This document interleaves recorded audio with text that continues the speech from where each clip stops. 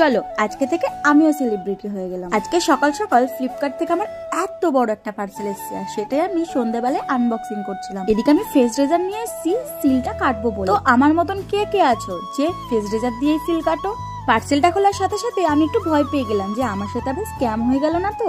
তারপর দেখলাম যে না, মোটামুটি ঠিকই আছে। আর এগুলো হলো টয়ারেরই একটা পার্ট, যেটা আমাকে থাকে থাকে নিজে হাতে বানাতে হবে। আশা করি তোমরা এটা প্রথম দেখছো না, আগে অনেক সেলিব্রিটি ইউটিউবারের কাছে অবশ্যই দেখেছো হয়তো। মাল্টি কালার বক্সগুলো দেখে তো মনটা খুশি হয়ে গেল, কিন্তু এই মাঝখানের পার্টিশন গুলো দেখেই মনটা একটু খারাপ হয়ে গেল। প্রথমে আমি বুঝতেই পারছিলাম না যেটা কিভাবে বানাবো। দেন ওদেরই একটা গাইড বুক দিয়ে দিয়েছিল, যেটা দেখে দেখে আমি বুঝতে পারলাম যে কিভাবে বানাতে হবে।